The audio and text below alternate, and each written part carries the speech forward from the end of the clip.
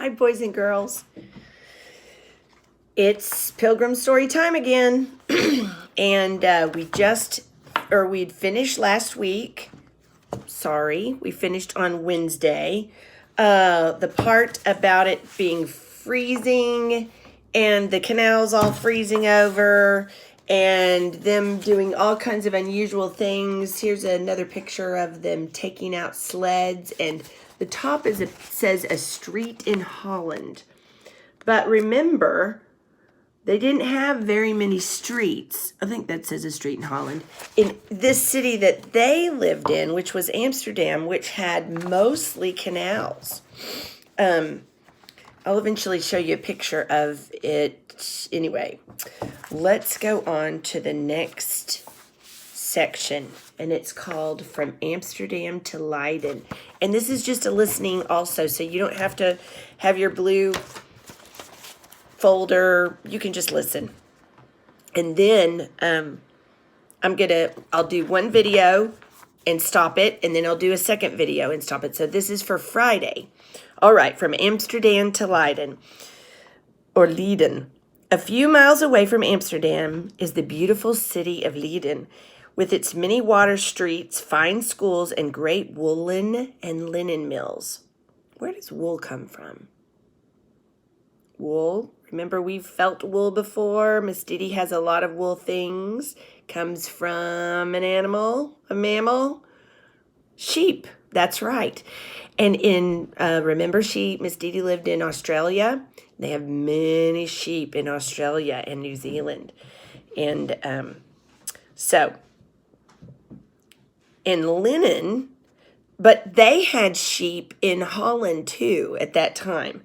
And linen comes from a plant, the flax plant. So linen is even like my table runner here I have on my table. It probably has, it's kind of like linen. Your mom probably has some linen clothes, or you may have a linen tablecloth or some linen napkins. We don't wear a lot, nor just kids don't wear a lot of linen today. You have to iron it a lot.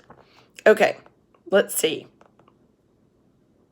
Fine schools, great woolen and linen mills. For many reasons, this city seemed to the Pilgrims a better place than Amsterdam to make their homes.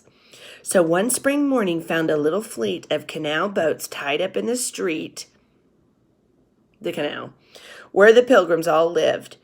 It did not take them long to load their goods upon the boats, for they had very little. They were much poorer than they had been in England, but they were not unhappy. So stuff doesn't make us happy or unhappy. Having what we want can make us happy, but how long does that really last? Okay. When all were ready, the square brown sails were raised, and the boats moved slowly down the canal between the rows of houses and trees. At every cross street, the bridge must be raised to allow them to pass. From one little canal into another they sailed until the city was left behind. Then they passed into the great broad, that means wide or broad canal, which lay across the country from city to city. It looked like a long, bright ribbon stretched across the green meadows. It was a trip long to be remembered, this ride through fairyland. Behind them were the shining waters of the sea and the spires of the city they were leaving. On both sides were rich green meadows and herds of fine black and white cattle. There were many beautiful ponds and lakes and pretty little summer houses gaily painted. That means like brightly painted or happily painted. Whichever way the Pilgrims looked, they could see the great windmills. Sometimes they stood in groups, looking like a family of giants against the sky. Here and there one stood so close to the canal that the Pilgrims could see the flowers in the windows of the first story where the miller's family lived. They could even speak to the miller's children who played about the door or helped their father load the bags of meal into his boat. But these windmills were not all used to grind grain into meal. Some were sawmills. Others pumped water out of the low meadows into the canal. That's what I told you the windmills were for earlier. And but they're also for milling grain. So and for what was that? Sawmills. For when the wind blew the big windmills, it created energy basically, or they could hook that to like ropes or cords, and it could make something else turn, like a big heavy stone could turn and grind meal or grind wheat down into flour. So there were a lot of uses for those windmills. And they used the wind, the strong winds there in Holland, to do the work for them. The canals flowed with thick stone walls and were high above the fields about them. Sometimes the pilgrim passed gardens of gay flowers. These were tulip farms where thousands of these bright flowers were raised. There is no flower so dear to the hearts of the Hollanders as a tulip. There was once a time when they seemed to think more of these bright blossoms than of anything else. They sold houses and lands, cattle and horses, to buy a few tulip bulbs. They were more precious than jewels. $1,000 was not thought too great a price for the finest plants. Wow. We read that one man paid 5 times that sum for a single bulb.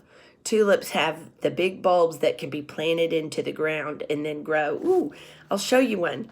Miss Dee gave me one. Miss Dee and Mabel gave me one for Christmas, and it bloomed in my kitchen window, and then I've planted it on my front porch in a big pot.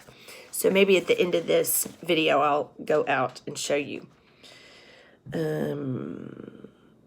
But when the Pilgrims were in Holland, the tulip craze had not yet begun. I think the Hollanders enjoyed their beds of common tulips more than they did the few costly blossoms they bought later.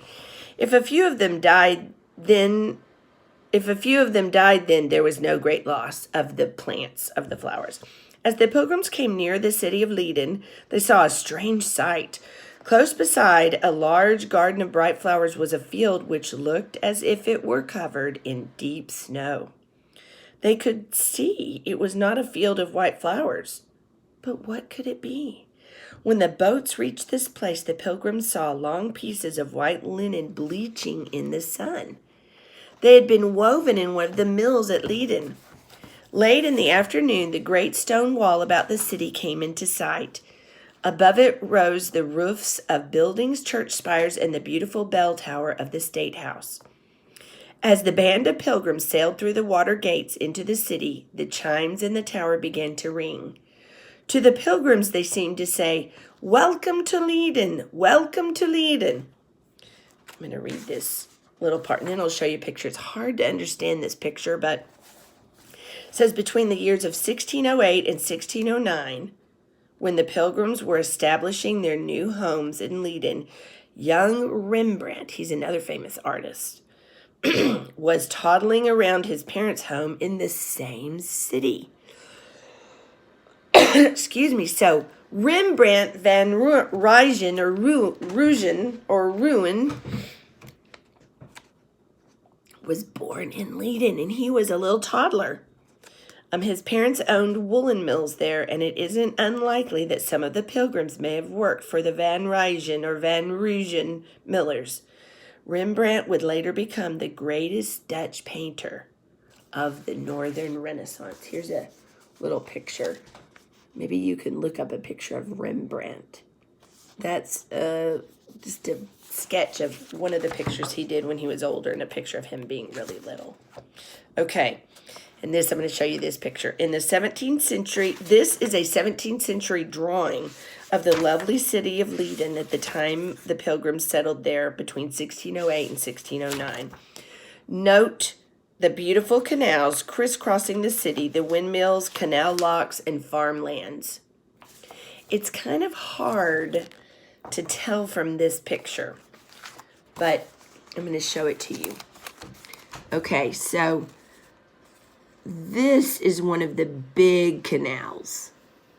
And this is a bridge across, but inside this city are the smaller canals. Does it look like there's one going another place? Yeah. See this white line? That's another canal going inside the city. These are rows of the farmlands or the tulips, and there's a lock that locks the canals. I don't know if you've ever been to any places that have locks on a river. In the Mississippi River, they do. On the Columbia River, they do. And my kids, we've been to it. So it's a place on a river or a waterway that it's like doors that come down and stop the water at one point. And the water can be higher up here, but lower down here until they lift this and let some of the water flow out. And then this water level goes up. And then it's higher, and they have to keep letting the water go down to the ocean. Okay. Let me find another picture for you. Okay, this is just a picture. It says a highway in Holland.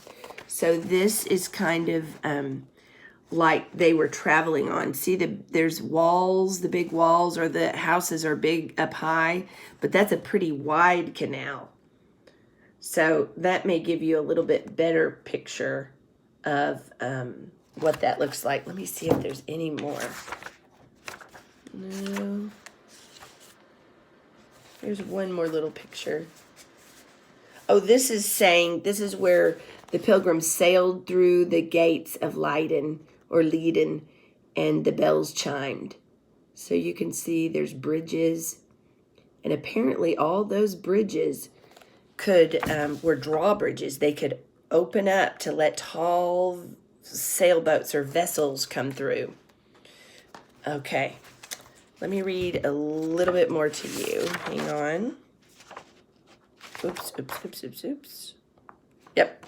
In Leiden, this is the title of this chapter is in Leiden. Or Leiden. I need to look up how to pronounce that. Before bringing their families to the city, the Pilgrim men had all found work in that city. A few of them worked in the printing shops, but most of them went to the great woolen mills. Here some washed the wool or combed it ready for the spinning wheels. Some dyed it, some wove it into cloth. Others packed the finished cloth in boxes or loaded it on ships on the canal. This work was very different from anything they had done in England. There they had all been farmers working in the fresh air and sunshine in their own fields, lands they owned. At first the work in the mills seemed very hard to them, but they worked early and late, hoping to earn enough to buy little farms sometime. The Pilgrims had no church of their own when they went to Leiden, but John Robinson, their pastor, had a large house, and they all went there to worship.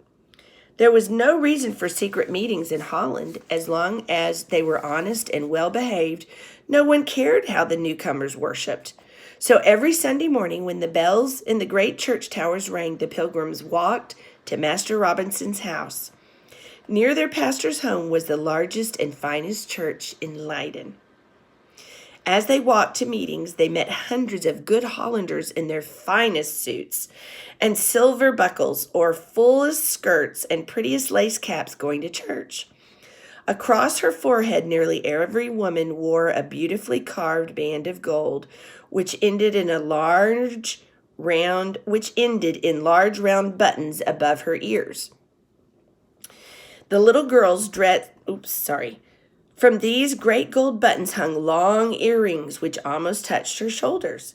The little girls dressed much like their mothers, except that their headdress was much more simple. Sometimes their little wooden shoes were prettily carved with leaves and blossoms. At first, as they passed, these people looked with wonder at the Pilgrims.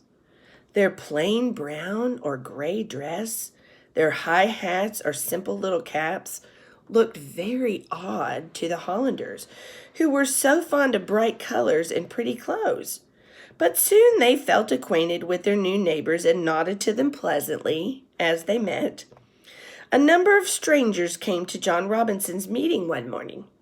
Some of these strangers were English people who had not come from Scrooby. Some were from France, where their king had treated them as cruelly as King James had treated the Pilgrims. Among them were Master and Mistress Mullins and their 2 children, Joseph and Priscilla. Joseph was a frail little fellow and very timid. Priscilla was a rosy-cheeked, merry little girl with sunny hair and laughing eyes. Master Robinson and the other pilgrims were glad to have these people join them. They made them very welcome. How happy they all were as they sang their songs of praise and listened to their pastor's voice. No more hiding from the soldiers, no more dark, damp prisons. Those sad days were gone forever.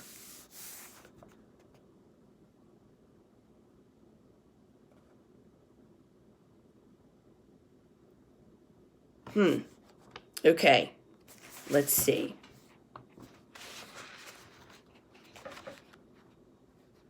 Oops, I'm not quite finished. I've got to keep reading. The next little chapter is a perplexing problem. When they first came to Holland, everything seemed strange to the English children. The bright-colored houses with their floors of blue tile, their quaint little fireplaces, and their steep roofs were very different from the homes they had left in England. They had never seen wooden shoes such as the Dutch children wore. The dikes, remember I told you they were kind of built like a trapezoid with a flat part on the top and angled sides on the walls to be bigger and wider at the bottom than at the top. To keep out the sea, the giant windmills, and the canals all seemed odd or strange. Strangest of all was the language. They thought they could never learn it. But after they had lived in Holland a few years, these things did not seem strange anymore. The little English children began to like the Dutch dress and ways. They liked the canal streets, the whirling windmills, and the Dutch cottages. They liked the pretty bright dresses and gold cap buttons which the Dutch girls wore, and wished to dress like them. They sometimes coaxed their mothers to wear pretty lace caps and fine earrings, such as their neighbors wore. "It is not right for you to care so much about pretty clothes," said their parents. "Plain caps and dresses are more suitable for pilgrims." These children learned the language of Holland and liked it almost as well as their native one. Indeed, some of them liked it better and often spoke Dutch at home instead of English. It was now 11 years since the Pilgrims had come to Holland. Wow, that's longer than you guys have been alive, than you boys and girls. That's a long time. In this time, many babies had been born in their new homes. With these little ones beginning to talk, their parents taught them to speak English. But when they were old enough to play outdoors, they heard Dutch all about them. And when they went to school, they heard nothing but that language. Soon the little ones were speaking Dutch better than English. This was a real sorrow to the Pilgrim fathers and mothers, who did not want their children to become Hollanders. They wished them to remember the English language and English ways. They feared that in a few years no one could tell their children from those of the Hollanders. The Pilgrims often talked about their old homes in England. Many of them were not so well and strong since they worked in the mills. Worst of all, many of their children had to work there too while they were still young. Their rosy cheeks had grown pale and their backs were bent. It was hard work. The Pilgrims longed for little farms of their own where they and their sons could work in the open air as they had done in England. But they were too poor to buy farms in Holland. "We hear much about the new land across the sea," said John Robinson, their pastor. "A good many Englishmen have gone there and made comfortable homes for themselves. They say it is a great, beautiful country where there is land enough for all. I am told the ground there is very rich and the crops never fail for want of rain or sunshine," said John Carver. "If we were in America, we could make homes such as we had in England. We could have our own church and bring up our children to love and serve the true God," said Elder Brewster. "Can we go so far away?" they thought. "Between America and Holland, the sea is very wide." The Pilgrims thought of the pleasant homes and the dear friends they would leave in Holland. They thought how long it would be before they could have such good schools as those in Leiden. They thought of the long voyage and of the hardships of life in the new land. There was not a city nor a town or even a house in the place where they could go. There were no mills where they could buy timber for their cottages. They would have to cut down trees to make their own lumber. The Indians lived in the forests. Some say they can be savage and cruel, said Master Allerton. We would treat them like brothers, and perhaps they would be our friends, answered the pastor. Whenever the Pilgrims met, they talked about going to America. They talked about the broad fields they would own and the cozy homes they would build. Above all, they said, we shall be free. We will build our own church and worship God as we think right. Our children will be healthier, happier, and better than in this large city. So the Pilgrims decided to go to America. But they would not go all at once. There would be no houses for them to live in at first, and many were too old or too weak to bear the hardships of starting a new home. It was decided that if the greater number of pilgrims went to America, John Robinson would go with them. If fewer went, Elder Brewster would go with them and be their pastor. It was soon learned that most of them could not leave Leiden until later, so Elder Brewster and about 80 of his friends planned to go that summer. Only those who were well and strong were to go in the first ship. Many families would have to be separated for a year or more. Elder Brewster's family was large, and he could not take them all at first. Love and his little brother were too young to be left. Mistress Brewster could not be contented an hour if the wide sea lay between her and her little boys. Jonathan Brewster was a young man now and was working in Leiden. Patience and Fear had grown into young women and could spin and weave and sew and cook almost as well as Mistress Brewster herself. So it was arranged that Jonathan would go on with his work in Leiden, and his sisters would stay there to keep house for him. They all hoped to be able to join the others in America in a year or two. All right. Let me see if I can show you a picture of that.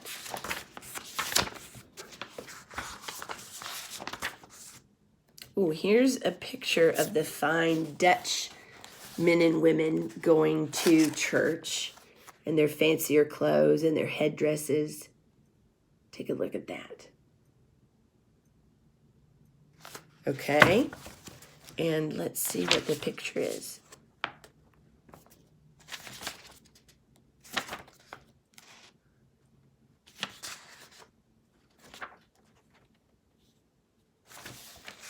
Well, I don't have another picture.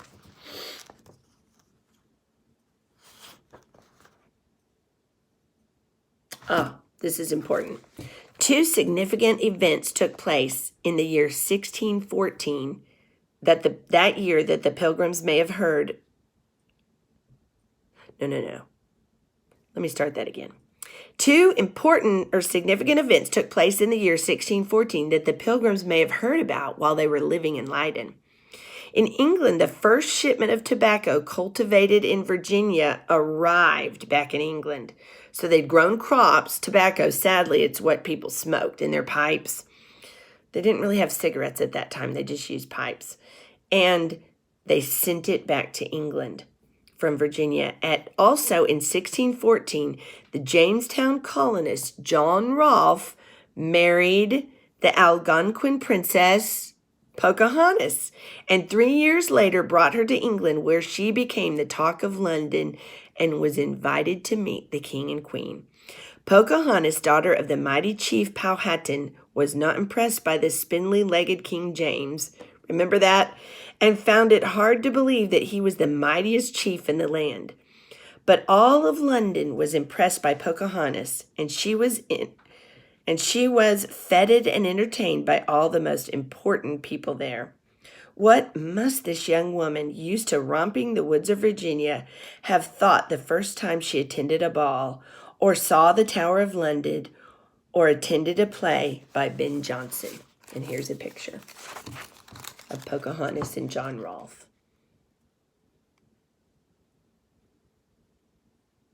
All right.